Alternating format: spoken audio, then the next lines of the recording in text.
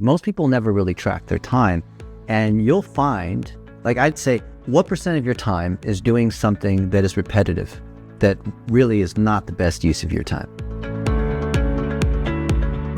I guess we'll start with VAs. VAs are something you're definitely an expert in. What can you tell me if I'm a new business owner trying to get involved with VAs, and especially with you? What would you be looking for if I was a new owner and I want my first VA? Where would you look to put that VA, that virtual assistant? Well, I'd start by looking at your average day. Most people never really track their time, and you'll find, like I'd say, what percent of your time is doing something that is repetitive, that really is not the best use of your time? Saying the same thing, administrative things or secretarial kinds of things. Sure. So I already know emails, phone calls.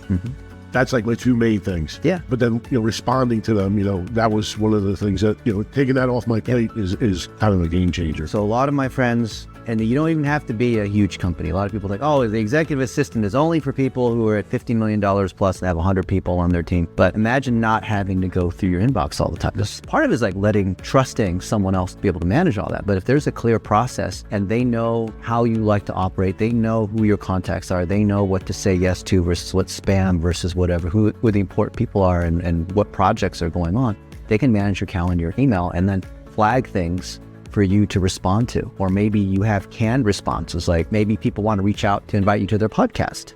And the VA has a way of grading. These are the ones you give a polite decline because of the, who's on it or it's not big enough. And these are the ones like, oh yeah, let's schedule time on Sam's calendar.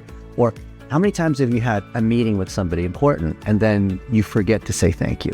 Right? Well, the VA can say thank you for you. They can respond as you, or some people don't want to do that and they'd rather just have, I'm Sam's assistant and I just want to say, Sam wanted to let you know that, that kind of thing. Sure. And it's like doubling yourself. Absolutely. For me, it's freed up so much time that I actually got a lot more time to spend on myself. And in there, I traded the emails for an hour, which I used to do in the morning, for the gym for that hour. Amazing. So it was a great trade. And then what we do is literally we have like a 15-minute huddle call in the morning and just go over everything or anything that she doesn't know how to respond to at this time. So this way, the next time she would be able to respond and just like you said, kind of grade it up.